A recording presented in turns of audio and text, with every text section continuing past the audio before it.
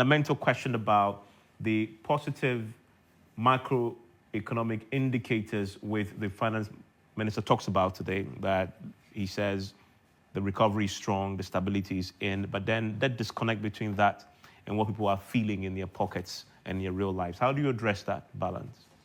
Okay, thank you very much. I hope I have enough time to come. You just have, first, I've told you already because of the time. Yeah. I was late. It wasn't my fault, actually.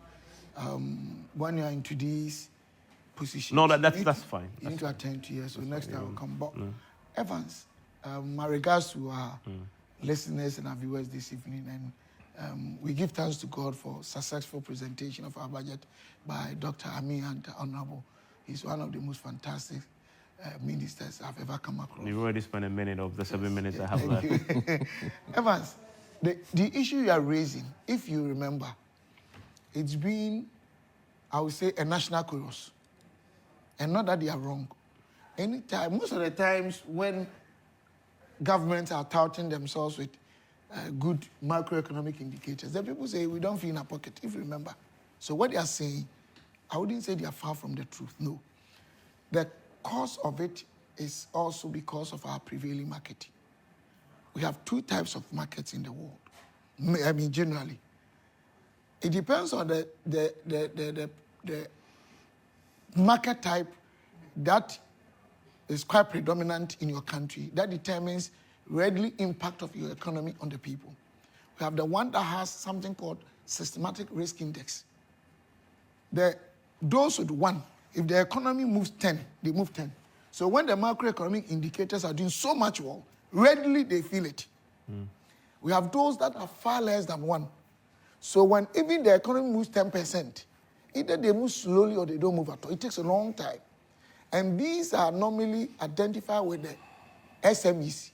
You know, SMEs occupy about 90% of our economy. So it takes a long time for these indicators to impact these actors or SMEs or the markets. And this is a fact. Nobody can argue or say anything contrary to that. There could also be the chance, the second statement I'm making is quite hypothetical because I haven't run any scientific thing, could also raise issues about correctness and the integrity of our data. That's, I haven't run data on that, and I'm speaking, I hope you understand. The data you're using, is it accurate? No, ours is correct. I mean, 100%. I'm talking about the general issues in Ghana.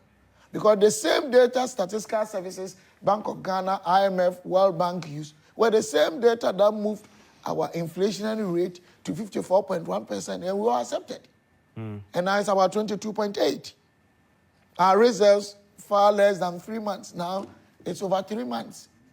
You realize that in fact, our GDP, we are getting around 4.0, 4.7 first quarter, even beyond the final revise of about 3.1.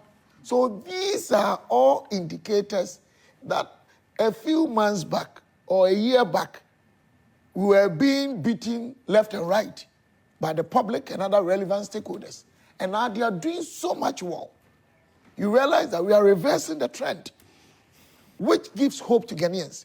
Because we need to understand the fact that where we were, the priority or the precedence had to be given to stabilization of the economy. And you said today that you stabilize the economy. I said that.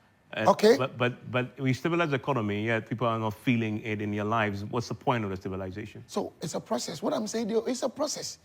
You know, sometimes you can have malaria, and then you'll be vomiting. You are not eating. You seem like you are dying. You take medicine. You see that you've taken the medicine. You take some time because maybe your blood cells have been affected. So it's a process.